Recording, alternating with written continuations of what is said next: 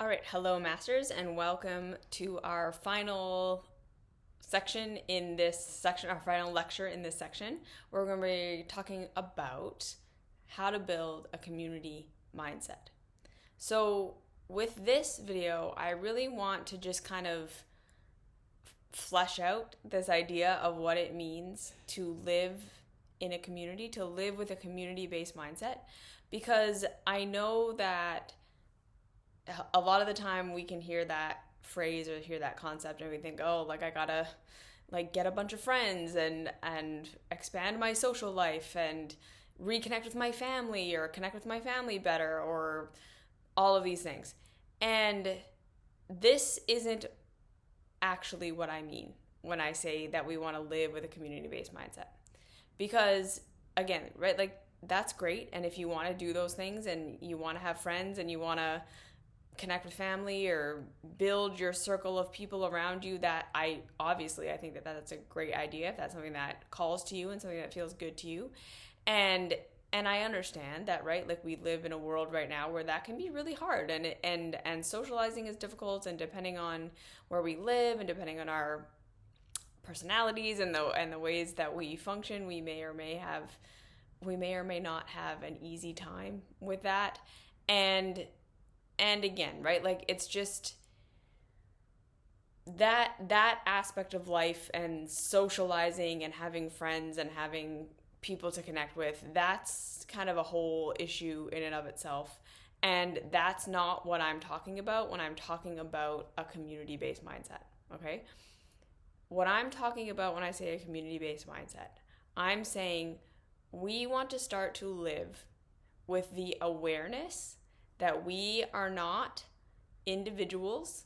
We are not individual beings that just arrived in our adulthood with all of our faculties and everything is fine, and we all have equal opportunity to have any kind of successful life that we've been told is a successful life, and that if we aren't experiencing that means that we are personally failing. And that's it. That's the one cause of all pain and the one cause of all suffering or challenge in this life is the self failing. And then having that mindset not only about ourselves but about everyone around us, okay? And then that second idea that we want to start to step away from is this idea that if we aren't succeeding, if we aren't doing something right, if the way that the systems and society around us are set up aren't allowing us to thrive, we step out of, again, that idea that we are broken because the system is right. Okay? So we're stepping out of the idea that our entire life is just because of us and just because of poor choices or being shitty for some unknown reason. We just are that way, which is what most self-help and spirituality just kind of like boils it down to, right? That we're just inherently broken, inherently sinful, inherently shitty, and that we have to do all this work to fix ourselves or to earn it or to find the right God or to find the Savior or whatever to try to make things better. And then if you're not abundant, if you don't have the partner that you want, if you're not healthy, if you don't have whatever it is that we want to have, both in terms of safety and comfort and general things that we need to survive, or if we don't have the things that we want, that it's just because we suck. Because the system is set up for everyone to succeed equally, and so therefore if you're not, you suck, right? That is what we want to step out of. A community mindset means that we start to understand that everything about our lives is in some way being influenced by the greater community that we live in as the human race. That everything we've learned to be, everything we've been through, everything we do, everything we feel, everything that, again, that we have been trained is the right way to be, all the ways that we think, that these are all a result of community interaction. that we are not just isolated beings, have an isolated experience, and reality is happening between our ears only. Yeah? We start to understand that we are all connected. And I don't mean that in like a spiritual, esoteric, woo-woo way. I mean that like literally. We all share this planet. We all have a ripple effect. The actions of one person affect all the people around them. And we need to understand that when we are looking at our lives and we are looking at the things that we want and we're looking at the things that we want to heal and we're looking at the things that we want to create, if we're only looking at ourselves and our choices and we're not seeing those things in the context of our upbringing, of our religions, of our governments, of our education systems, of our caregivers, family of origin, our country of origin, any place that we've moved to, we don't have a full picture. And therefore, we can never really make the changes we want to make. We can never really fully assess what's actually going on in our lives. And therefore, we can't accurately assess what we need to do to get to where we want to go, what we need to change, what actually needs to shift, or how we can work within the system that we're in to get to where we want to go, instead of believing it's just about us putting our heads down and working hard and doing whatever we need to do. And then again, that second piece of things, right? Because if we're not doing that, if we're not doing the looking at the whole system, we can't possibly know. We can't possibly empower ourselves as much as we would want to, right? That oversimplification that everything is because of me makes things seem like they're going to be easier. But at the same time, it drives us into shame and guilt and blame, because when our behaviors are not necessarily making sense in the context of just, well, if my life is fine and everything I'm doing is fine, why am I acting this way? You see, that's a big problem. Because when we can't see, oh, I was affected by things. Oh, it's not just me. It wasn't just my choices. My life is very much a result of all of these things that I've been through and all these influences I've been under. If we can't see that, we are going to end up blaming and shaming ourselves. And we're going to end up feeling very trapped and stuck, because we're going to continually be trying to fix ourselves without really even knowing what is wrong, right? We're not really even understanding why we're hurting, why we're suffering, why we believe the things we believe, why we do the things we do. We're not taking into account any of the ideas about what might be generally actually good for us, what we're trying to achieve and what we're trying to do that might actually be not good for us. Yeah, we're not taking the whole picture into account. And then it can end up in even worse situations where we feel superstitious, right? Where we get to a point of like, I don't know why I am this way. I don't know why I do this thing. I don't know why life is this way. I guess I'm just cursed.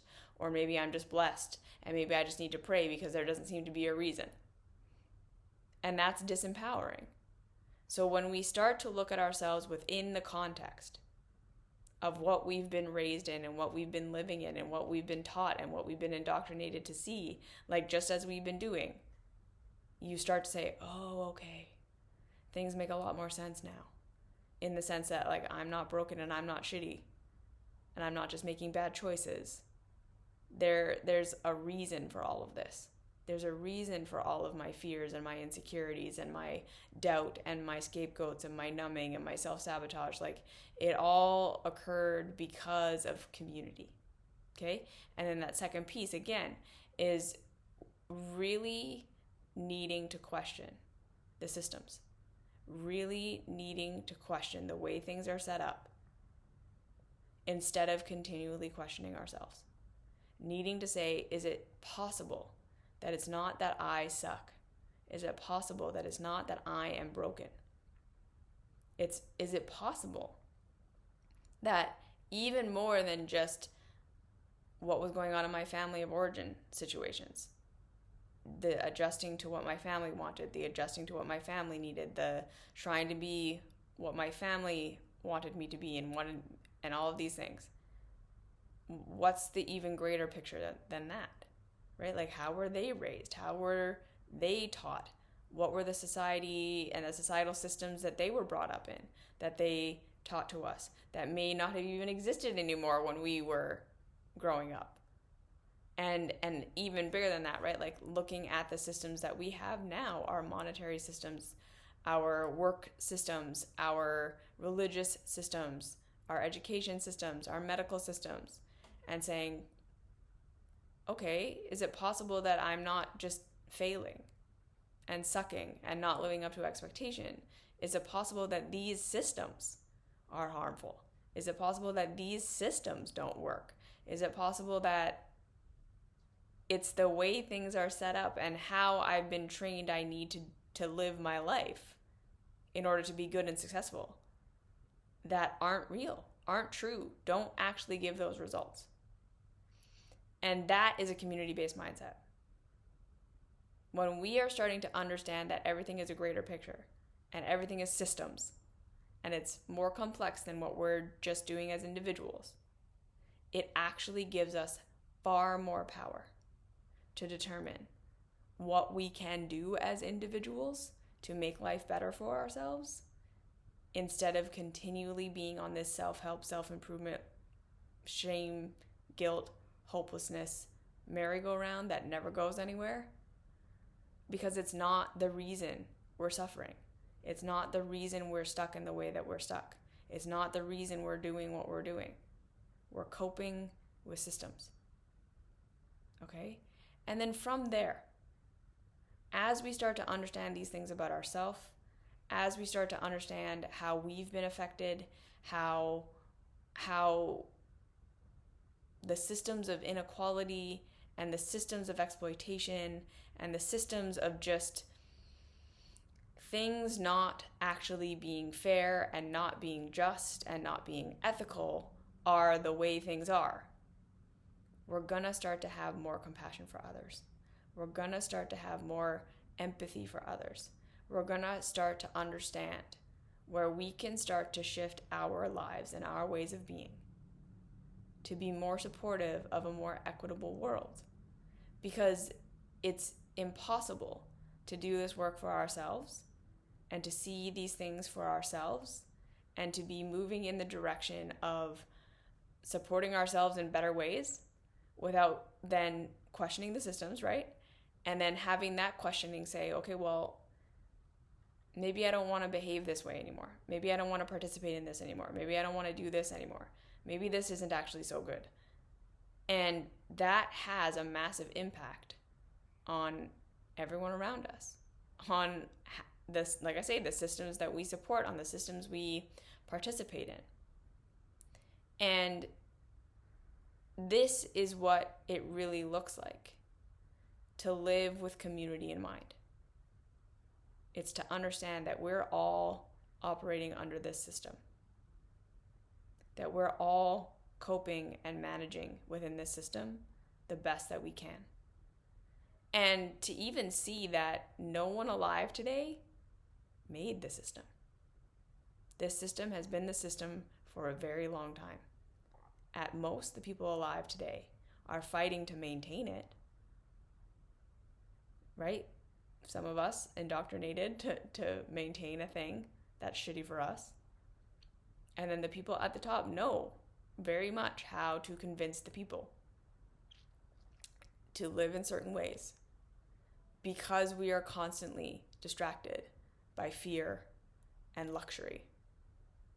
Yeah, production and consumption, into maintaining a system that is harmful for our communities and that separates us, right? So the other biggest thing about this work is that when you're reconnecting with all these parts of yourself that you had to shame and blame and disconnect from, that you have been told are wrong and bad. When you're reconnecting with yourself in these ways and finding this compassion and this understanding, and really like that, like we are becoming less isolated from our own selves. We are finally having again access to our real feelings and our bodies, and like I say, all these parts of ourselves that we've been trained that we had to reject and deny and fix and get rid of for our whole lives in order to try to fit into the system. As we start to reconnect with all of these parts of ourselves, as we start to reunify with all these parts of ourselves, as we start to try to support all of these parts of ourselves, that is going to have a ripple effect for how we see and treat and experience everyone around us. It's going to shift our perspective of who's the enemy and who's bad and who's wrong and who's right and who's good. And we're going to start to be able to see, okay, I may deeply, deeply disagree with the actions of certain people. I may really, really disagree with their thoughts and their worldview and see it as harmful, and it could be harmful. But I can no longer hate that person and see them as an enemy, but rather understand they were raised in a context too. They were raised in situations that made them who they are. And so, and again, it doesn't mean that we let people off the hook. It doesn't mean that we say, well, everyone can be in my life now and it doesn't matter what they're doing or how abusive they are or any of these things, because whatever, they have a history. It's just that we understand it. And again, we can then have a better chance at being able to interact with people who are causing harm, who are ignorant, who don't know what they're doing, and being able to interact with them in a more productive way, and in a way where we can like adequately protect ourselves instead of getting defensive or going codependent. We can learn like, okay, this is who this person is, this is what they're doing, I can see how they got here. And it gives us far more power to adequately assess how to address and interact with them or not than without that information. We need to understand that everything we do in our lives is coming from a place of either I'm an individual and this is all me, or I'm an individual within a community.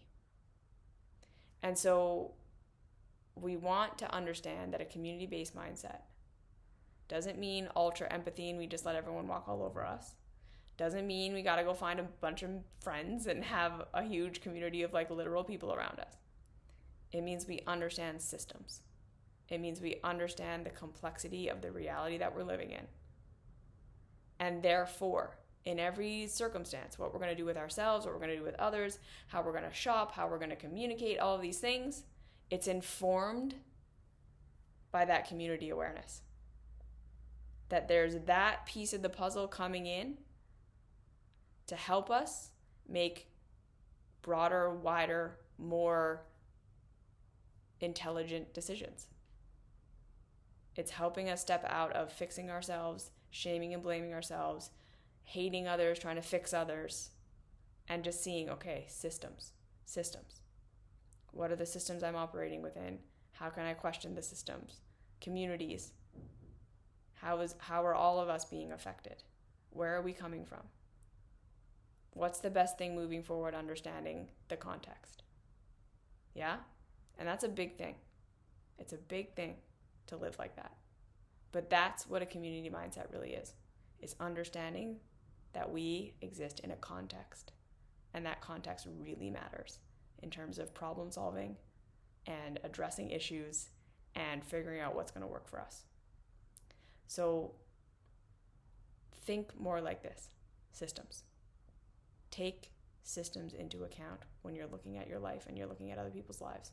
And that is your community mindset. Okay, thank you for listening, and I'll see you in the next video.